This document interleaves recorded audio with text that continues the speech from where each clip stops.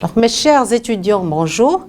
Nous allons terminer ce que nous avons entamé la semaine dernière.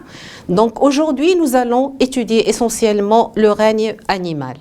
Donc la semaine dernière, nous avons vu les protozoaires. Aujourd'hui, le règne surtout des protistes. Aujourd'hui, nous allons voir les notions fondamentales sur le règne animal et principalement sur le groupe des invertébrés. Donc, nous allons étudier la structure générale d'un groupe dont le développement embryonnaire s'arrête au stade gastrula.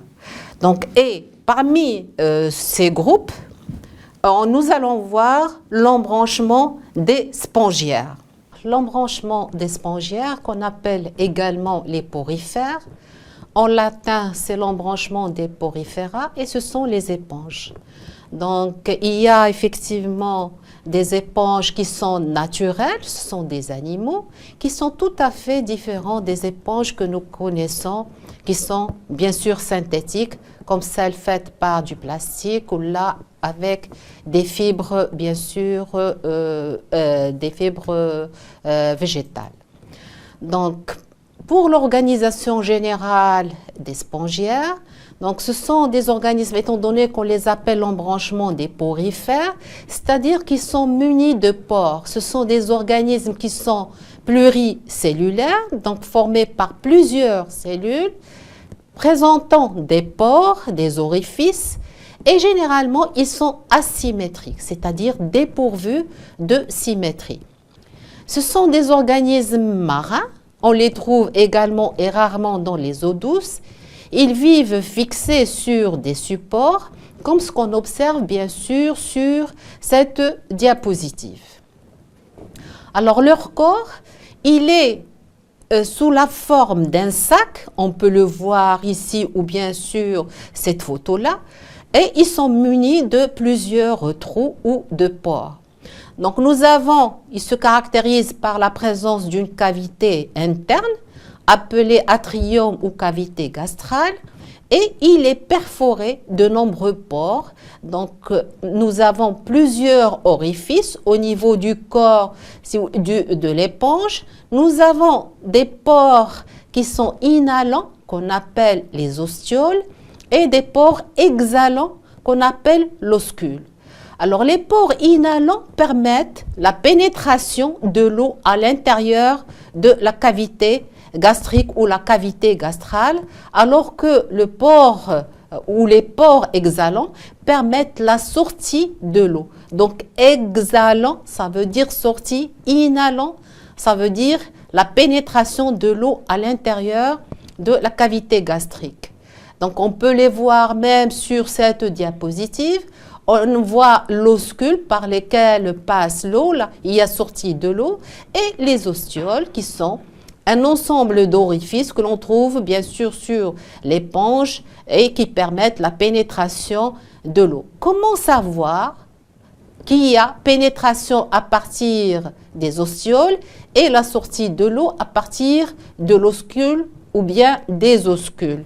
Donc, on a mis une substance fluorescente, donc à côté de l'éponge. Et on a remarqué qu'il y a passage de cette substance qui est fluorescente des orifices, des petits orifices qu'on appelle les ostioles. Et lorsque ça passe au niveau de la cavité gastrique, cette eau-là, il sort par l'oscule. On peut le voir également sur cette diapositive où nous avons un jet, si vous voulez, de cette substance qui est fluorescente.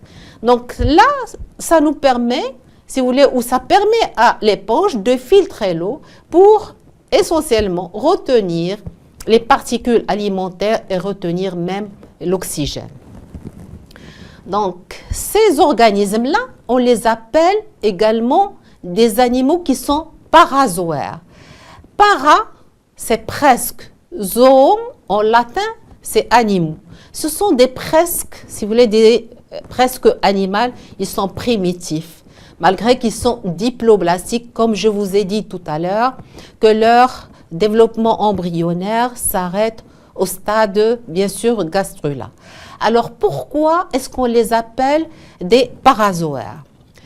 Alors, on les appelle parasoires, ce ne sont pas vraiment de vrais animaux, presque des animaux, parce qu'ils n'ont pas de véritable tissu. Donc, nous avons, si vous voulez, des cellules qui sont accolées, monostratifiées, chose que nous allons voir tout à l'heure lorsqu'on va voir la structure de cette éponge-là. Et il n'y a pas d'organes, donc il y a uniquement des cellules qui interviennent dans toutes les fonctions physiologiques, bien sûr, de cet animal-là. Alors, les fonctions physiologiques, c'est comme l'alimentation, c'est comme la respiration, la reproduction également, c'est une fonction physiologique. Et bien sûr, chez l'éponge, elle est assurée uniquement par des cellules. Alors, pour l'organisation générale, donc lorsqu'on fait une coupe, on voit que le corps, étant donné que nous avons dit que ce sont des organismes qui sont diploblastiques, donc on va avoir si vous voulez, deux couches, ou là deux tissus, un tissu externe qu'on appelle l'ectoderme et un tissu interne qui couvre la cavité gastrique ou gastrale qu'on appelle l'endoderme. Entre l'ectoderme et l'endoderme, nous allons trouver une substance gélatineuse qu'on appelle la mésoglée. Alors, de quoi est constitué l'ectoderme? Cet ectoderme-là, il est constitué par des cellules qui sont aplaties. On peut les voir sur cette coupe microscopique. Ce sont des cellules qui sont plates et qui sont uniques. C'est un tissu qui est monostratifié, formé par ces cellules plates qu'on appelle les pinacocytes. Alors, dans lesquels ou entre lesquels on trouve les ostioles, c'est-à-dire les orifices par lesquels passe bien sûr l'eau. Nous avons l'endoderme, donc le tissu qui se trouve à l'intérieur de la cavité gastrique. Il est également formé par des cellules qu'on appelle cellules à collerette et on les appelle également les choanocytes. La collerette, c'est ce que nous observons ici, ça entoure le flagelle et nous avons bien sûr le corps cellulaire. Donc, l'endoderme, il est formé également par une couche monostratifiée de choanocytes. Alors, on peut voir une coupe au microscope électronique. Donc, si je commence à partir de là, on peut les voir ici, avec surtout on voit les collerettes. À fort grossissement, nous avons les collerettes plus les flagelles. Et lorsqu'on extrait la cellule, voilà, on la voit. Donc, nous avons le corps cellulaire avec la présence de cette collerette et bien sûr la présence d'un flagelle parce que c'est une cellule qui est flagellée. Alors, la mésoglée, elle contient plusieurs types de cellules. Donc, et nous avons dit tout à l'heure que la mésoglée est formée par cette substance gélatineuse dans laquelle baignent bien sûr ces cellules-là, de nombreuses cellules. Alors, le premier type de cellules que nous allons voir dans la mésoglée, c'est ce qu'on appelle les porocytes. En latin, cyta, c'est cellules. Donc, ce sont des cellules tubulaires qui lient l'ectoderme à l'endoderme. Et ce sont elles qui forment, bien sûr, les ostioles par lesquelles passe l'eau. Nous avons également ce qu'on appelle les coloncytes. Donc, comme leur nom l'indique, donc ce sont des cellules qui sont ramifiées, qui permettent, bien sûr, la formation de cette substance gélatineuse qui forme la mésoglée. Le troisième type de cellules que nous avons dans la mésoglée, c'est ce qu'on appelle les sclérocytes. Les sclérocytes interviennent dans la fabrication, dans la formation de spicules. Ces spicules-là, c'est le squelette bien sûr, de l'éponge. Donc, ils peuvent avoir différentes formes et également, ils peuvent avoir différentes natures. Donc, ils peuvent être siliceux comme ils peuvent être calcaires. Donc, ce sont elles qui forment en quelque sorte la structure, étant donné que c'est le squelette. Donc, ils donnent une certaine structure, bien sûr, une certaine rigidité pour l'éponge. Alors, le quatrième type, ce sont les amibocytes. Alors, les amibocytes, comme leur nom l'indique, c'est comme une amibe. Ils se déplacent à l'aide de pseudopodes à l'intérieur de la mésoglée. Et ce sont des cellules qu'on appelle des cellules totipotentes, c'est-à-dire ils vont donner naissance à différents d'autres cellules ou différents types de cellules, tels que les gonocytes. Gono, nous avons tout ce qui est gonade et donc ça forme des gamètes. Donc ça peut être des gamètes mâles comme ça peut être des gamètes femelles. Ils peuvent donner également des phagocytes qui interviennent dans la digestion. Phagos, c'est digérer, c'est manger en latin et donc ce sont des cellules qui interviennent dans la digestion. Nous avons également les myocytes. Myo vient de muscle et ce sont des cellules qui interviennent dans la contraction de l'éponge et donc ce sont des cellules musculaires. Nous avons également les cellules nerveuses. Ce sont des animaux, donc ils ont un système nerveux et ce système nerveux, il est sous la forme de cellules, donc qui permettent la relation entre l'endoderme et bien sûr l'ectoderme. Alors pour les types d'organisation des éponges, alors la structure des éponges va varier en fonction de la paroi en quelque sorte de l'éponge. Ainsi, on va observer une certaine évolution au niveau de la paroi des éponges.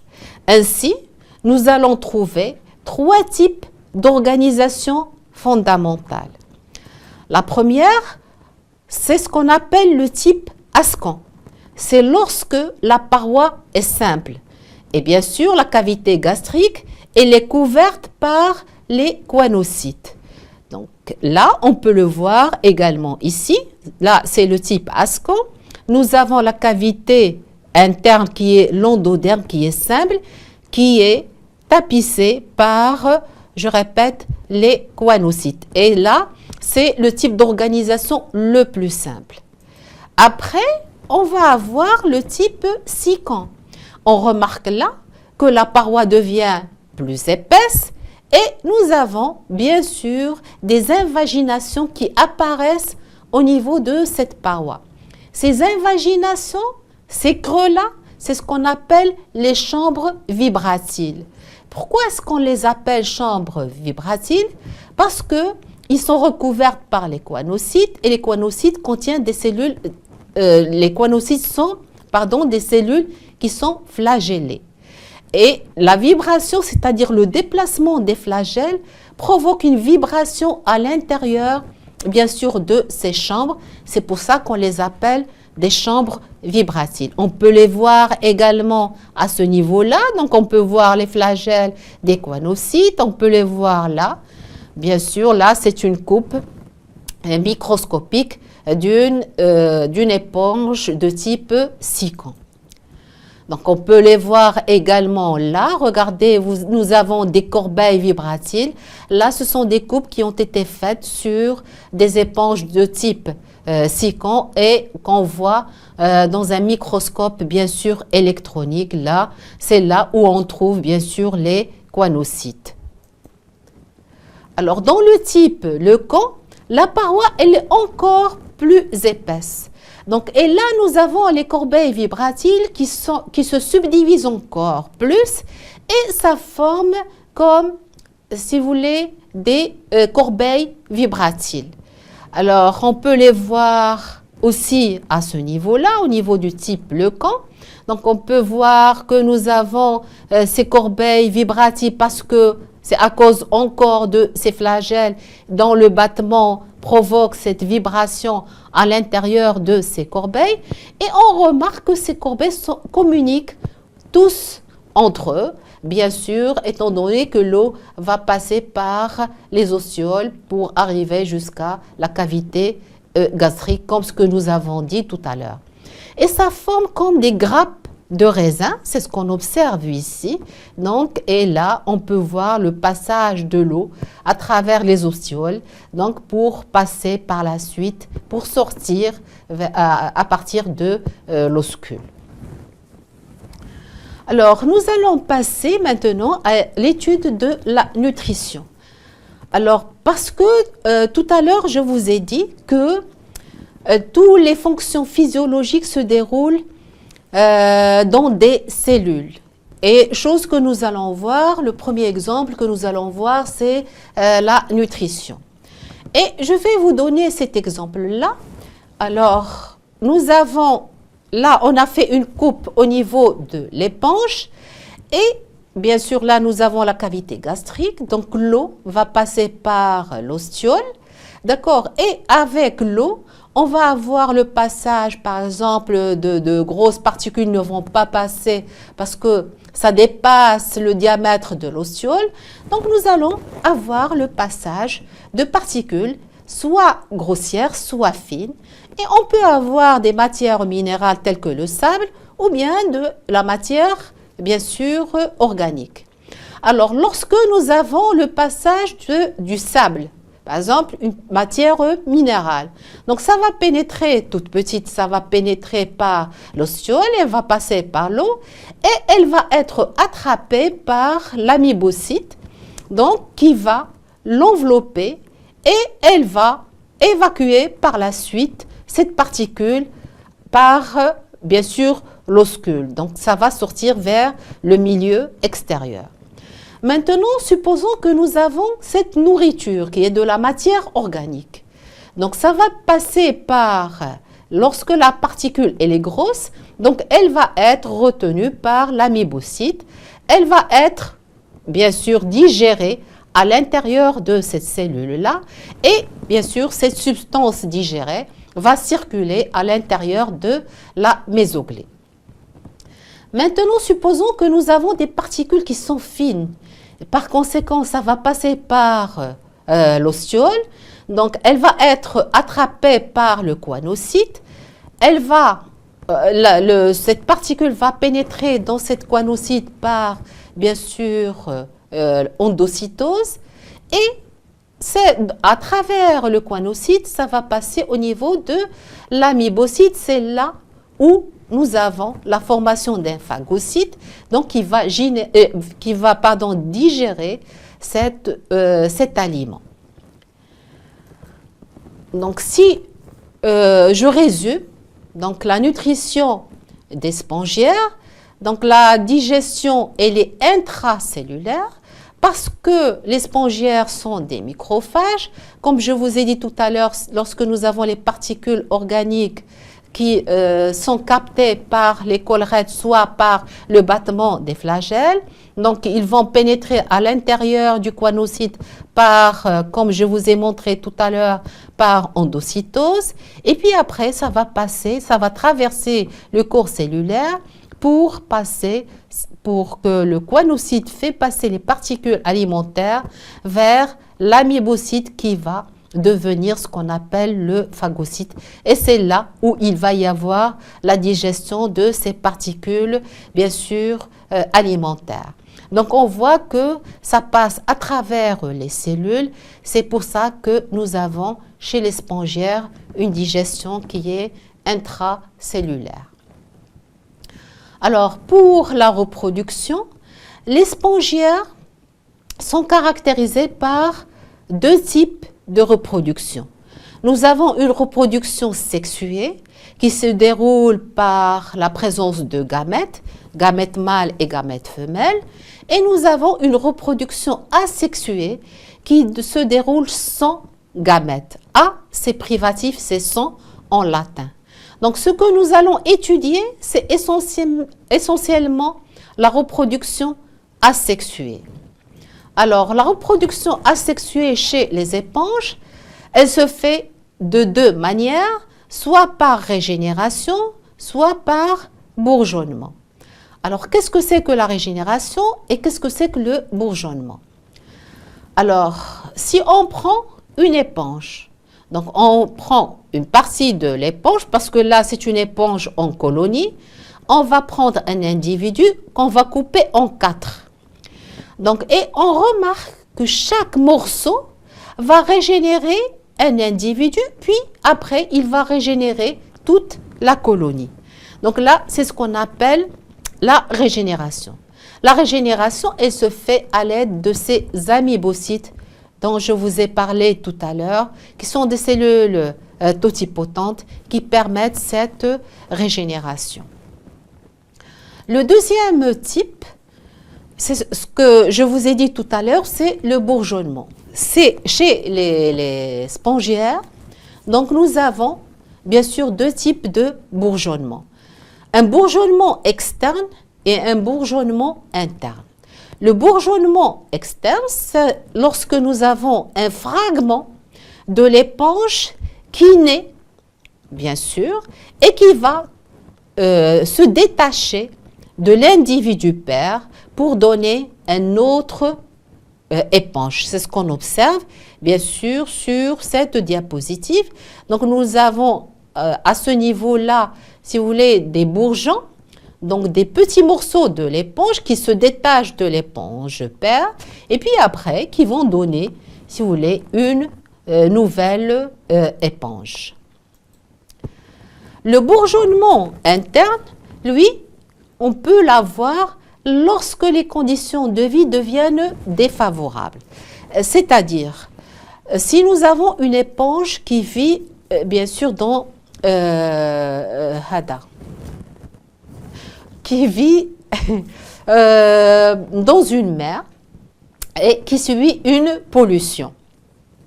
Alors, dans ce cas-là, les conditions écologiques deviennent bien sûr défavorables pour l'éponge. Donc, il va entrer dans une phase de développement, donc de résistance, si vous voulez. Et dans ce cas-là, on va avoir la formation de ce petit bouton qu'on observe ici. On peut les voir également là, mais à fort grossissement, on peut les voir ici. Donc, ce sont, si vous voulez, des bourgeons internes qui mènent une vie latente. Et puis après, lorsque les conditions deviennent favorables, chaque bouton va donner naissance à une éponge, si vous voulez, normale. Alors, de quoi est formé ces bourgeons-là, qu'on appelle les gémules? Donc, ils sont formés, ils sont entourés par les spicules, c'est-à-dire le squelette que nous avons vu tout à l'heure, puis, et plus, bien sûr, à l'intérieur, nous avons le germe, ce germe-là, qui va être libéré lorsque les conditions deviennent favorables, et il va donner naissance, bien sûr, à un nouveau spongiaire ou une nouvelle éponge.